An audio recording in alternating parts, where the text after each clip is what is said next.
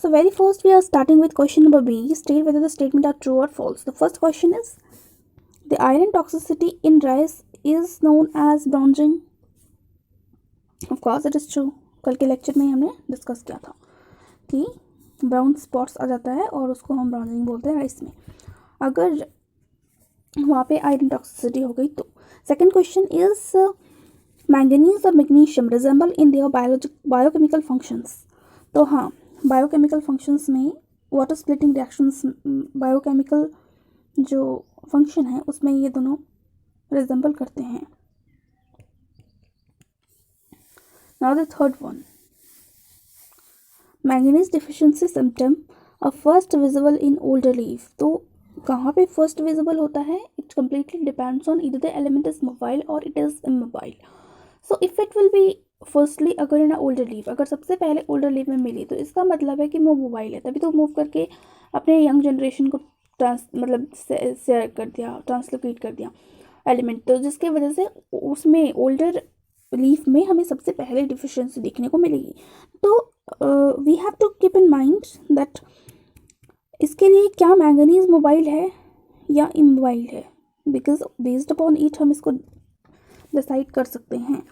तो ऐसा है कि मैंगनीज एक मोबाइल एलिमेंट नहीं है, एंड जब ये मोबाइल एलिमेंट नहीं होगा तो डेफिनेटली, जब मैंगनीज मोबाइल एलिमेंट नहीं होगा तो डेफिनेटली फिर ये इसकी डिफिशिएंसी हमें सबसे पहले ओल्डर लीव्स में तो नहीं मिलेगी देखने को.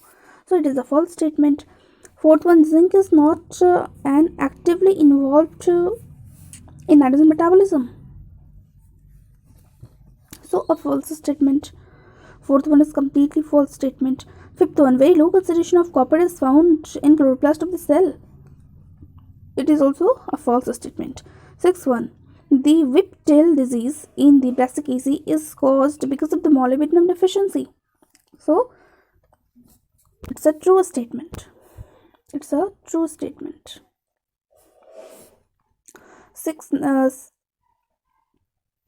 Seven number question. Boron is necessary for sugar translocation. So yes, boron is necessary for sugar translocation. Chlorine has no influence on photosynthesis. Chlorine का photosynthesis पे कोई influence नहीं रहता, तो ये गलत है. Silicon promotes the formation of the reproductive organ in rice. ये भी हमने लेक्चर में डिस्कस किया है, that it is a true statement. Cobalt is not readily mobile in the plant. Not readily mobile in the plant. तो yes, readily mobile नहीं है, यानी कि, और नॉट है तो यानी कि ये क्या हो गया? ट्रू हो गया. अब हम डिस्कस करेंगे list 3 important compounds containing copper.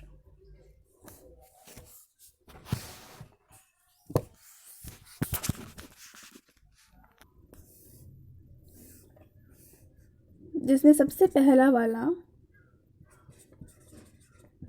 होगा हमारा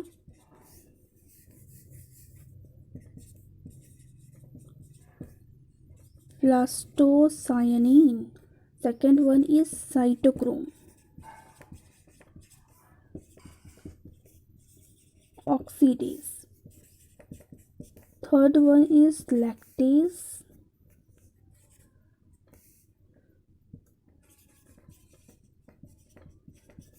Ascorbic acid oxidase.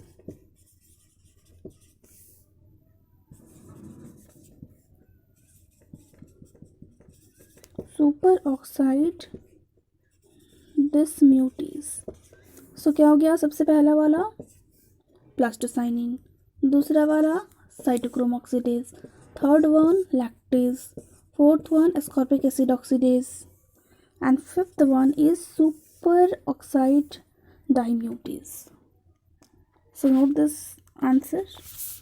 This is the answer of third question.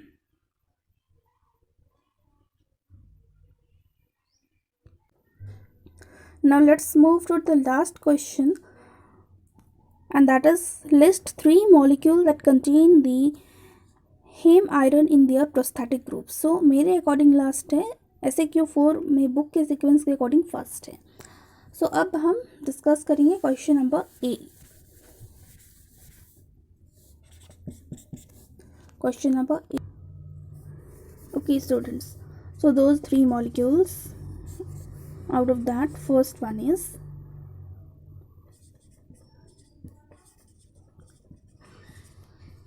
cytochrome oxidase. Second one is catalase.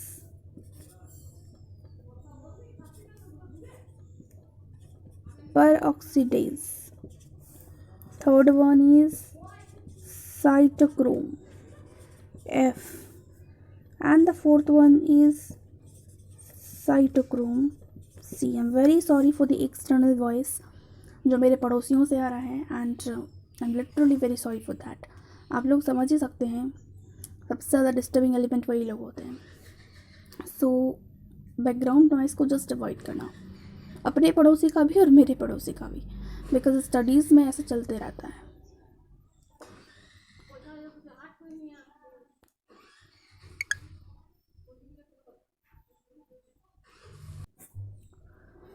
Okay चलो, तो अब हम डिस्कस करते हैं समरी को.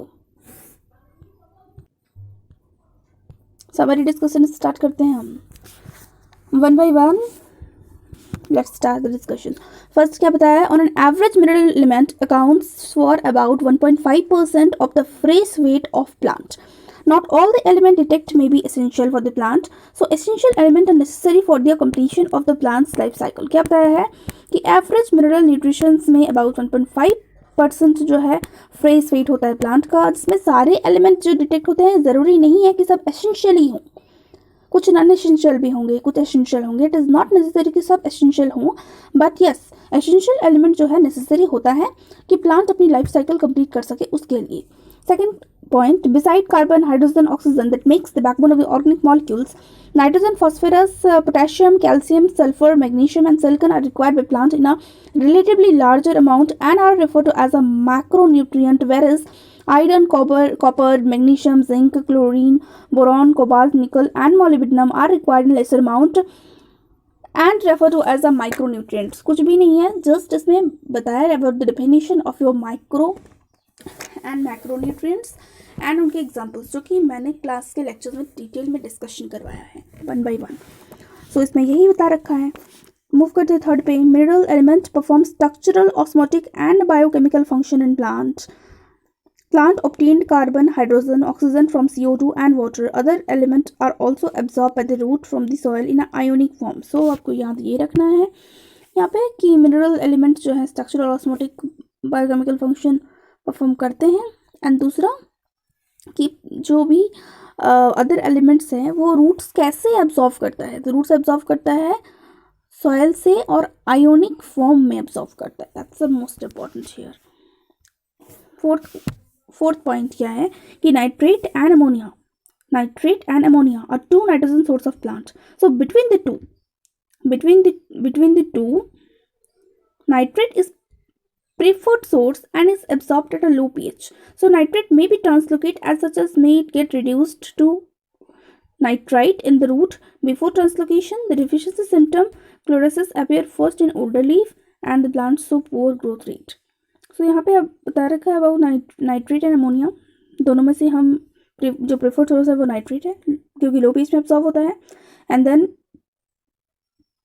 deficiency symptom chlorosis का अगर अपियर हुआ ओल्डर लीफ में, मतलब डिफिशिएंसी सिम्टम क्लोरोसिस के वजह से सबसे पहले ओल्डर लीफ में अपियर होता है एंड जिसके वजह से प्लांट की ग्रोथ रेट जो है अफेक्टेड होती है.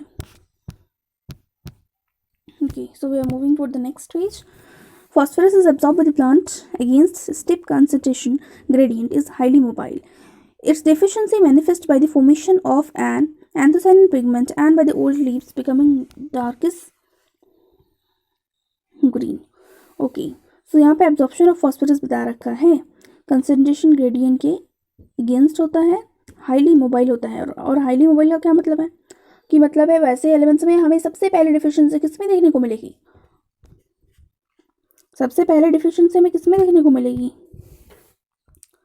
ओल्डर लीव्स में मिलेगी. सबसे पहले डिफिशिएंसी ओल्डर लीव्स में मिलेगी.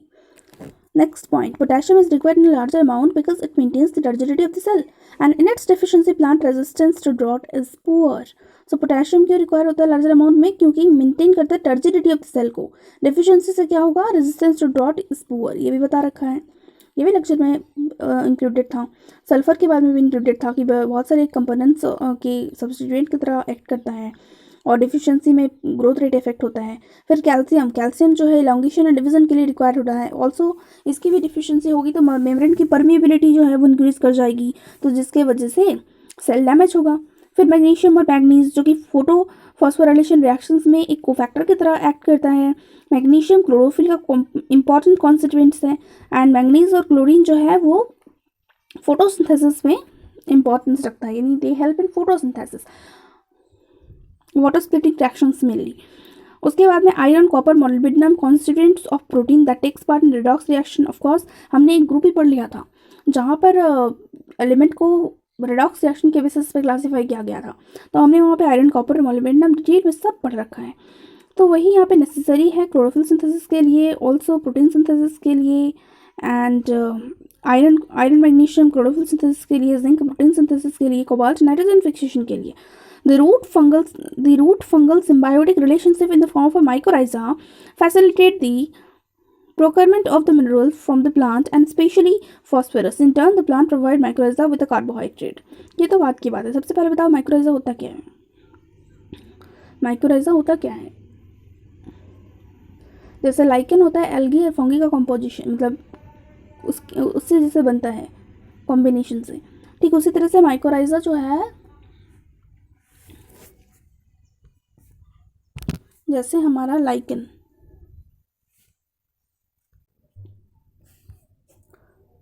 तो जैसे हमने पढ़ा था लाइकेन एल्गी और फंगी का कॉम्बिनेशन, ठीक वैसे ही माइक्रोराइजा क्या है यहाँ पे, हायर प्लांट्स के रूट्स का माइक्रोराइजल फंगी के साथ में मतलब कॉम्पोजिशन, मतलब when the mycorrhizal fungus combine with the roots of the higher plants, तो वैसे में माइक्रोराइजा का फॉर्मेशन होता है। तो बस यही एक सिम्बायोटिक रिलेशनशिप है। देखो रूट फंगल सिम्बायोटिक रिलेशनशिप बता रखा है यहाँ पे,